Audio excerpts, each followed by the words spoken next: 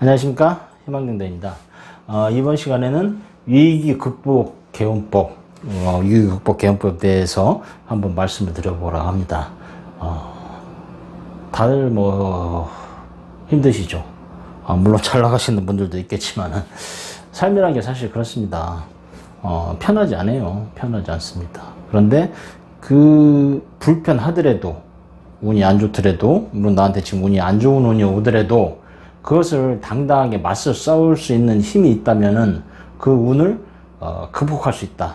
저는 또 그렇게 생각을 합니다.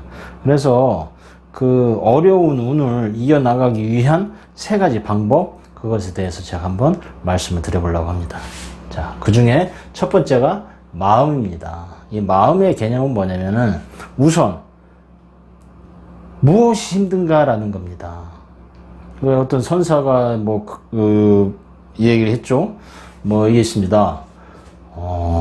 스님, 제 마음이 너무 아프고 힘듭니다.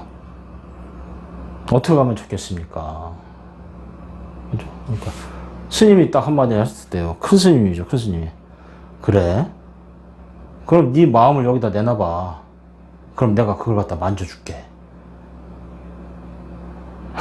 자, 그런데 이거 어떻게 꺼내, 마음을. 그죠? 마음을 어떻게 꺼내냐, 이거. 실체가 없다는 거죠, 사실. 아실 겁니다. 산은 산이고 물은 물이다. 성철스님이 말씀하셨죠. 마음. 저도 공부를 오래 했지만은 이 마음이라는 것을 다스리기가 사실 진짜 힘든 겁니다. 하루에도 12번씩 바뀌는 거예요. 오롯이 내 마음을 갖고 가기가 사실은 굉장히 힘들다. 어려운 거, 코로나19. 그리고 아세요? 혹시? OECD 국가 중에서 대한민국이 자살률 1위라는 거. 그죠? 한 달에 15,000명씩 자살한다. 1년인가요? 1년에 15,000명. 하루에 지금도 어디선가 자살하고 있는 사람들 있을 수도 있습니다. 하루에 50명씩 죽는다고 그러니까요, 자살로. 어마어마한 숫자입니다. 코로나로 해서 6개월 동안 지금 한 300명 정도 죽었다고 하는데, 하루에 50명씩 죽어나가니까요. 그쵸? 자살을 왜 하는 거죠? 마음입니다, 마음. 마음을 내가, 내 스스로 다스리지 못하니까 힘들어서 그 마음이 나를 죽이는 겁니다. 사실 마음은 여기에 있는데 이거는 또 다른 나인 거죠. 왜? 내가 이거를 컨트롤할 수가 없으니까. 그러니까 내 안에 또 다른 내가 또 있는 겁니다. 사실은 어떻게 보면 이 마음이라는 건. 그렇죠. 저도 마찬가지예요. 저도 제 마음을 제 마음대로 마음을 마음대로 못합니다. 마음을 마음대로 못해. 참, 이거 좀 어리석은 이야기 같습니다만은, 인간이라는 동물이 좀 그렇습니다. 그거는 자기가 자기 자신을 제대로 사랑하지 못해서 그렇지 않나, 일단 그 생각을 한번 해봅니다. 마음. 그래서 우선, 위기극복, 개운을 하려면 우선 내 마음부터 먼저 좀 다스려야 되고, 내 마음을 먼저 바라볼 줄 알아야 되는 겁니다. 그래서 우선 1번은 뭐예요? 나는 천상천하, 하늘 위, 하늘 아래 온 세상에서 혼자서 유아독존, 혼자서 존재하는 존재다. 나는 혼자, 고독하게, 혼자서. 부처님 말씀하시죠. 유아독존. 그걸 깨달아야 되는 겁니다.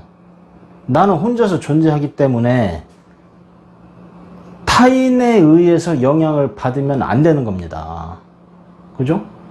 천상천하 유아독존이라는 건 나는 내가 독불장군이다 이런 얘기가 아니라 오롯이 나 혼자 존재한다라는 것을 이해를 하라는 겁니다. 그래야지 타인에 의해서 내 마음이 영향을 받지 않는다 이거죠. 사기는 누구한테 당하죠? 가장 가까운 사람한테 당하는 겁니다. 그죠?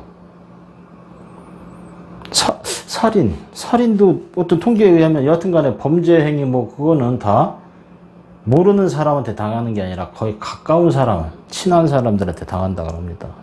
빚보증 누구한테 써요? 가까운 사람한테 쓰죠. 그죠? 내 마음이 흔들린다라는 겁니다. 내 마음이 흔들린다.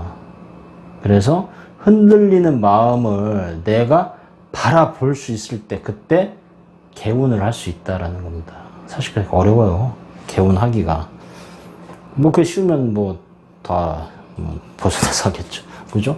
그래서 말씀드리는 건데 마음 속에 뭐요? 일체유심조라고 합니다. 이것도 마찬가지로 불가에서 하는 얘기인데 일체유심조.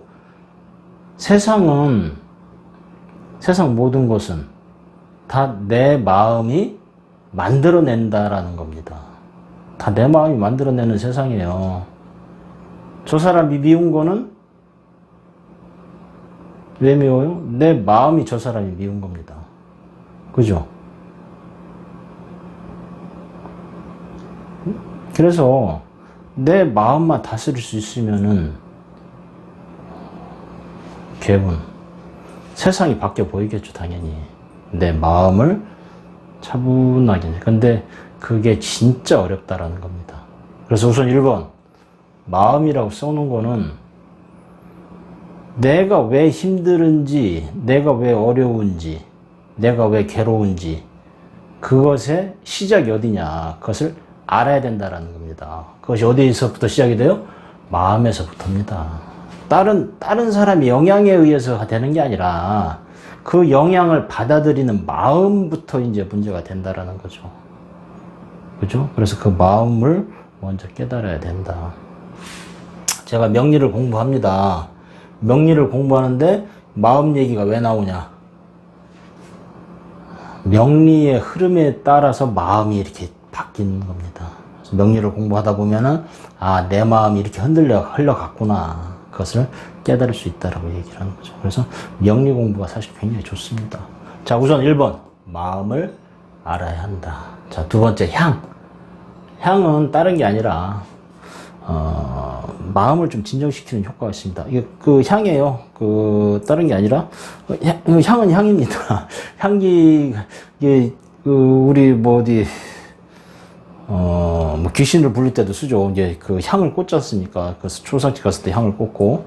근데 어떤 분들은 향을 또 함부로 피우면 안 된다. 뭐 별의별 얘기가 다 있는데 사실 제일 중요한 건 뭐냐면은 향을 피우는 마음가짐입니다. 그죠? 향도 마찬가지로 마음과 연관이 되어 있는 겁니다. 향을 하나를 꽂아놓고 향을 여러 개를 피워서 막 이렇게 연기가 가득하게 날아. 그런 얘기가 아니고 향 하나를 딱 꽂아놓고 그 향이 타들어가는 동안 그 향을 바라보고 있는 겁니다. 그 향을 바라보면서 내 마음을 차분하게 진정시키는 겁니다. 그렇죠? 그 향이 타들어가면서 내 안에 있는 미움, 나쁜 마음, 괴로운 마음, 그것도 마찬가지 연기로 향을 태우면서 같이 연기로 날려보내는 겁니다. 그래서 차분하게 내 내면을 돌아보는 거죠. 내 내면을 돌아보고 그리고 자기 자신을 바라보는 겁니다.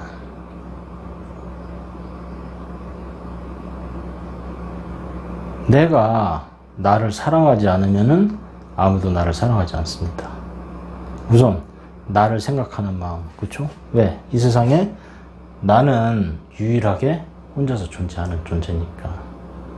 내가 오롯이 나를 바라볼 수 있어야지 그 다음에 다른 사람도 이렇게 바라볼 수 있는 여유가 생기지 않나 그렇게 생각합니다. 그죠? 자, 그 다음에 기도입니다. 기도. 구령주는 뭔지 아시죠? 뭔가 끊임없이 내뱉는 겁니다. 나무아미타불 관세음보살, 나무아미타불, 그것도 일종의 구령주입니다. 하늘에 계신 우리 아버지 이름 그렇게 계시면 그것도 끊임없이 구령주예요. 내가 주문을 외우는 겁니다. 주문을. 기도입니다. 기도도 가만히 앉아서 이렇게 이제 손을 모아서 이제 합장해서 기도를 하는 방법도 있지만은 제일 중요한 거는 내 스스로 내 마음 속에 뭔가 바람이 있는 겁니다. 그리고 기도는 여러 가지를 한꺼번에 하는 게 아닙니다. 딱 한 가지만 끊임없이 생각하는 겁니다. 그리고 구령주 주문을 외우는 겁니다.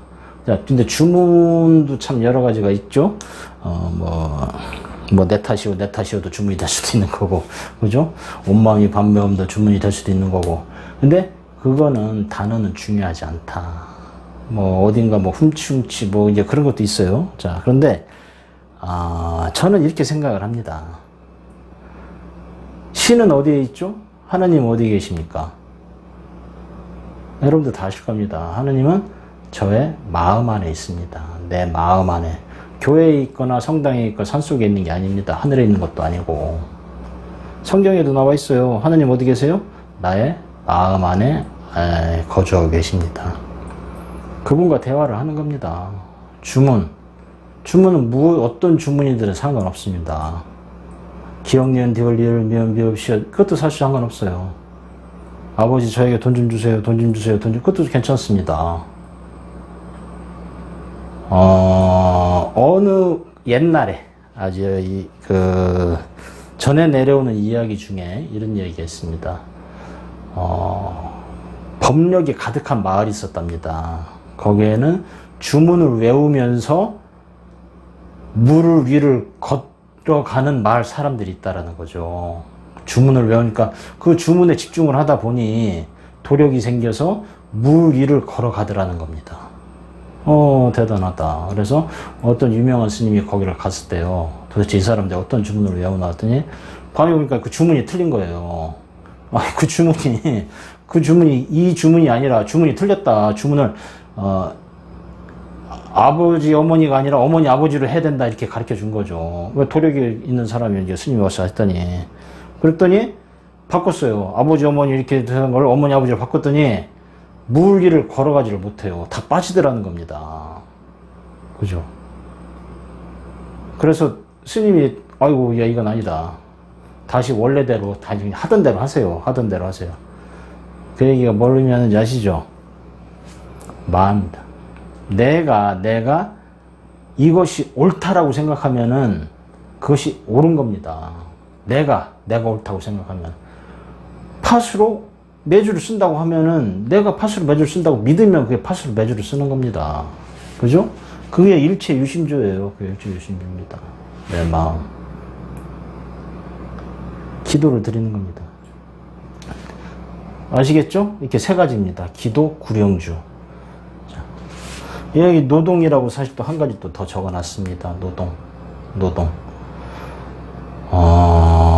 기도하면서, 그렇죠? 노동하면서 기도도 나쁘지 않다라는 얘기입니다. 자, 나를 기준으로 해서 나를 힘들게 하는 거는 관살입니다. 나를 괴롭히고 힘들게 한다라는 거죠. 나를 괴롭히고 힘들게 한다. 인성은 나를 도와주는 거고, 식상은 나를 빼주는 거고, 재성은 내가 괴롭히는 거다라는 겁니다. 자, 관살이라는 걸 해놓은 건 이유는 뭐냐면,